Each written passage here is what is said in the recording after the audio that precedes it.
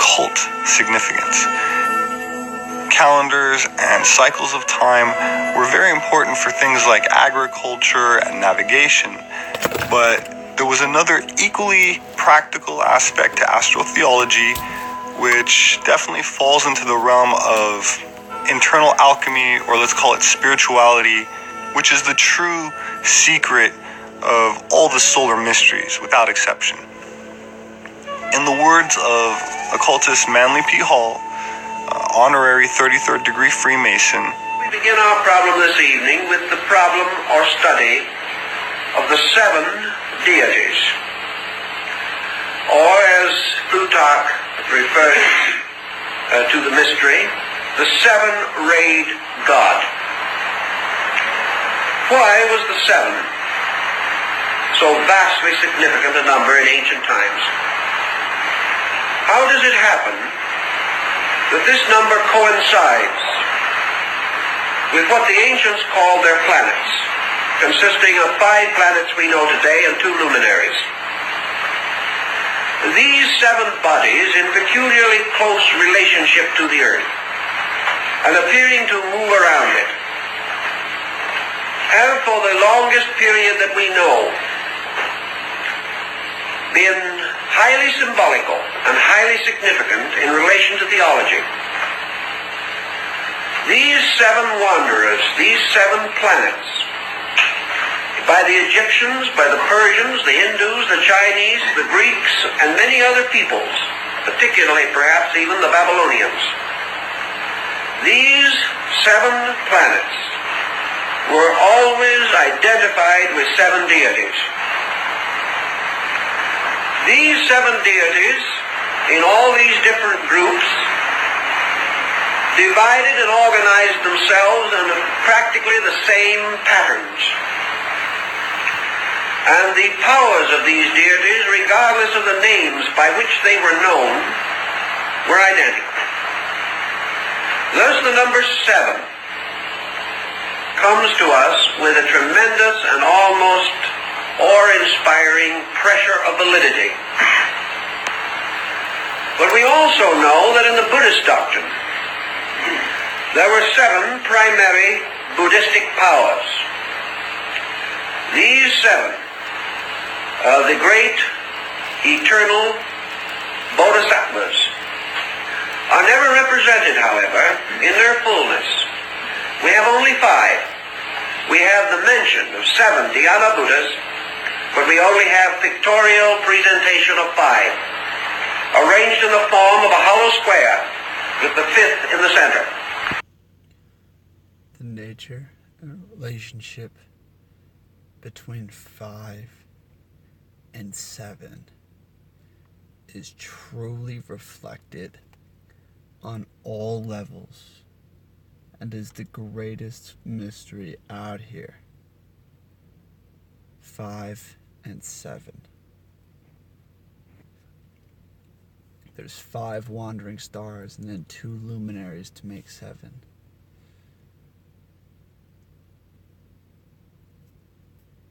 On the color wheel, the 1st and the 7th color blend into each other. In this circle, there's 4 cardinal points, a center, the 6th and the 7th to be unveiled. Now the Greeks had the same subterfuge of using 5 and 2 in a very strange combination. Philo-Judaeus tells us that the 7 planetary gods were the vowels, or the 7 powers of sound. Is it not interesting, therefore, that we are still having trouble with our 7 vowels? We only recognize 5. And we have a funny old doggerel verse that has been used in school for a long time. The vowels are A, E, I, O, and U, sometimes W and Y. We've never been able to quite arrange this W-Y situation. We have, however, the 5 vowels that we know. So this 5 again appears. And wherever this 5 appears, it has been tied to the planetary mystery. From the earliest studies of numerology, back in the classical period when folks really took it seriously, and which at the time when it was applied directly to certain classic alphabets. And this is important because in ancient times men paginated and numeralized by means of letters, which we no longer do. Therefore pages were lettered instead of numbered, and every letter had its numerical equivalent, unvarying. We do not have this in English. But according to Pythagoras, the number 7 was the number of law. It was the number of the universe. It was the number of the gods and of the immutable principles which lie at the root of existence. Irenaeus tells us that one of the old Gnostic symbols of Christ showed the head of the Savior surrounded by a halo of 7 rays. These rays, assumedly, representing the 7 powers, the Messianic dispensation. We learn in the book of Revelation of 7 churches which are in Asia.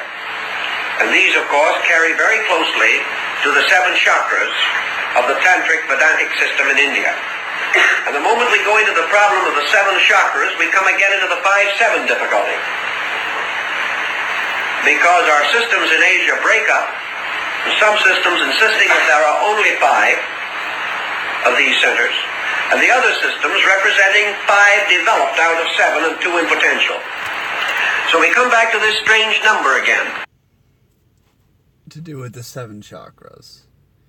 The first chakra, the base chakra, and the crown chakra aren't really in the same category as the other 5, in the sense that the other 5 must be activated. But once activated, the power of the earth is pulled forth, and the power of the cosmos pours down, right? It's almost like you just uncap, the 2 plugs once you have cleared the center of the vessel, and they just pour through you, right? So you don't actually need to activate the base or the crown. They're already there. You're just blocking them out. And this number constantly fights the struggle between the 5 planets and the 7 members of the solar system anciently known and recognized. In the ancient Kabbalah, the creating fiat or word was spoken in the form of the 7 vowels, 2 of which again were mystery vowels or secret letters, which could not be known and for the deficiency of which the great name could not be restored, captured, or preserved. In the Jewish early works in Genesis, we find in the opening chapters the Elohim. And the Elohim are the 7 creating powers of the great deity who is said to have fashioned the world in the opening chapters of Genesis. These are the spirits of God that moved upon the face of the deep.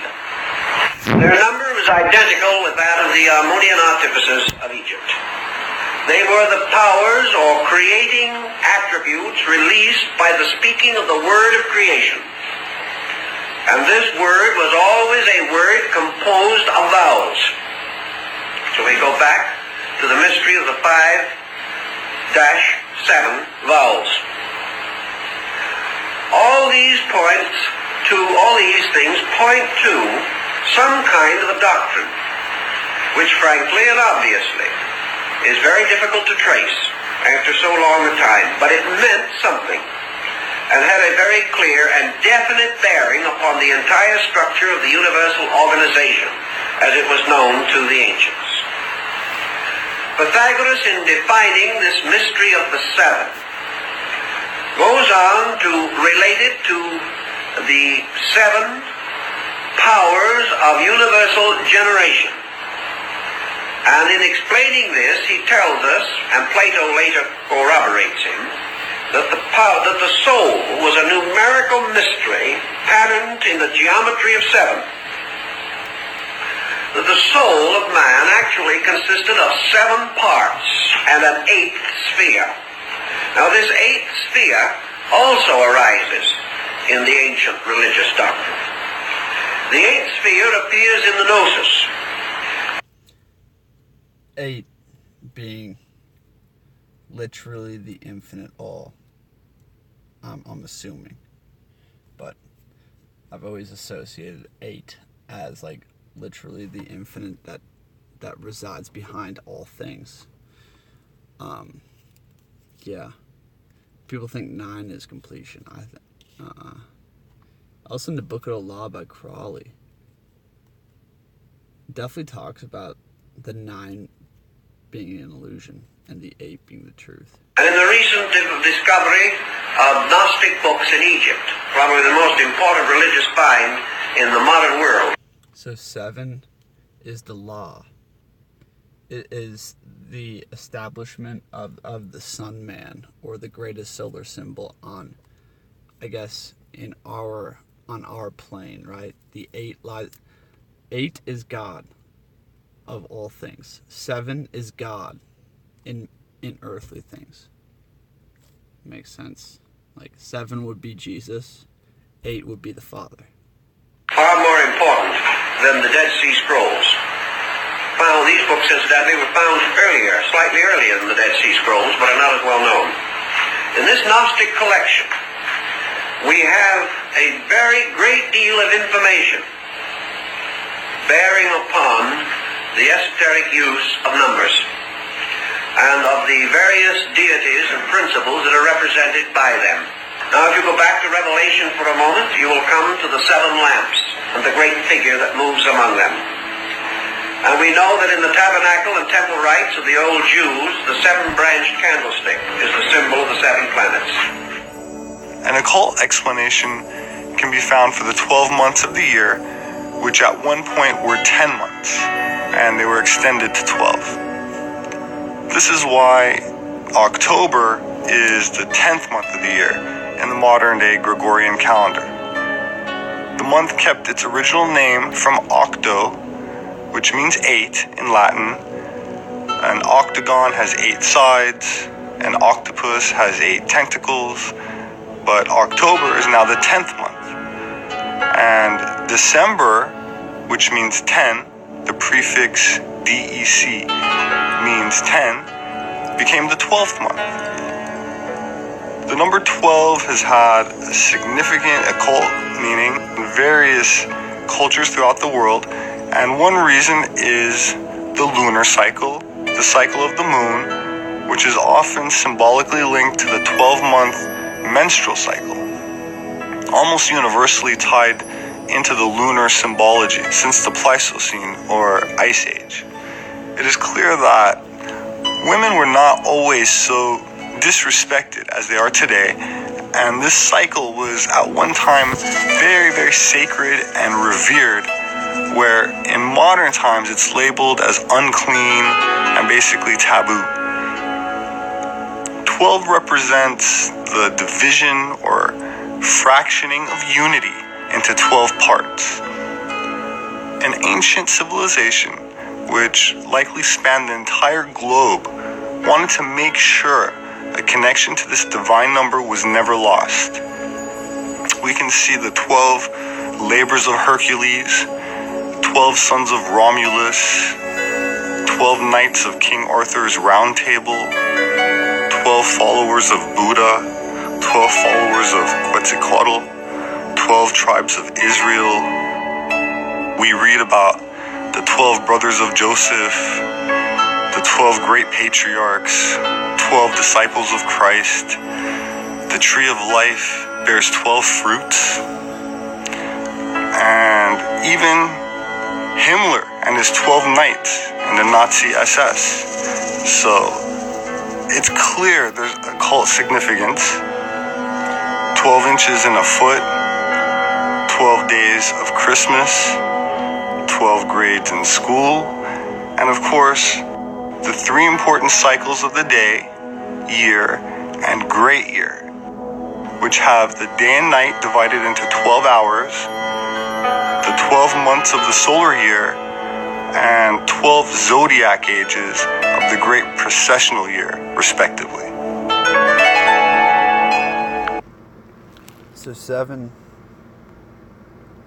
seems to be the law established. 7 representative of divinity on this plane. And 12 seems to be the form or the establishment. That is to be further researched. So let's consult Manly P. Hall again and see what kind of insight he can shed on this. Now, in Greek mythology, there was a group called the Titans. And the Titans are the ones who stole Dionysus, or Zagreus, the son of Zeus, took him out into the fields of space, killed him, boiled his body, and ate the flesh.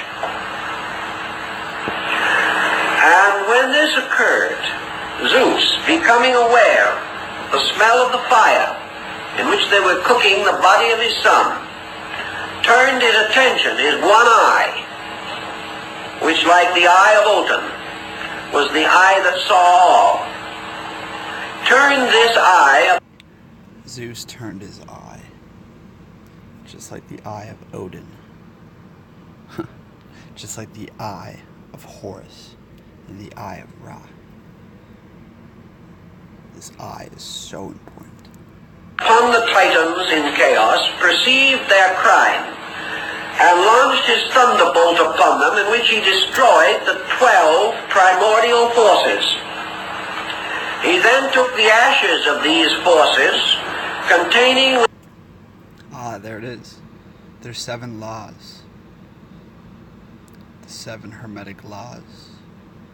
The 7 colors. There's 7 laws. The establishment of the law is 7. The establishment of divine order is 7. There's 12 forces, though.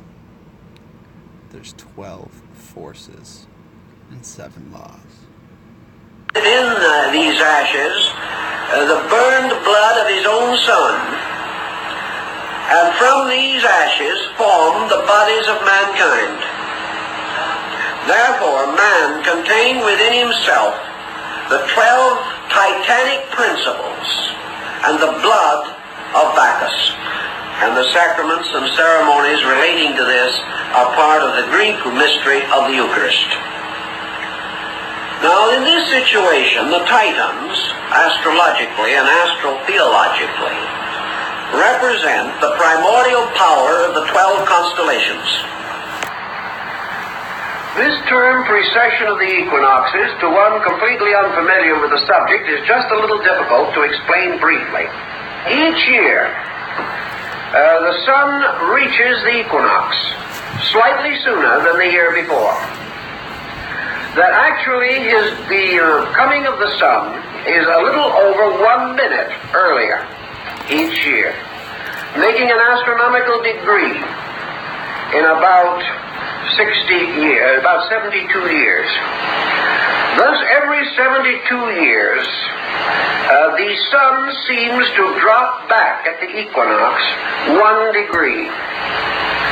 If it so does, it drops back approximately... So funny how everything is so connected. But every 72 years, drops back 1 degree. 7 and 2. 72 is also the number of the Most High in the Bible. 72. 30 degrees every 2,160 years. And it drops back around the entire circle to any hypothetical point in one longer cycle of 25,920 years. In this period of time, the sun seems, only by appearance, seems to drop back around the entire circle of the zodiac, falling backward or fading backward at the rate of 1 degree every 72 years.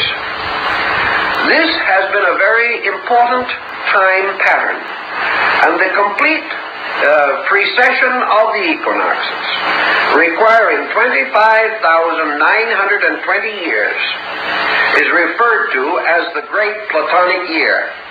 And this peculiar heavenly motion has significance in a very wonderful way, and is perhaps the most important link that we have between astronomy and religion in ancient times.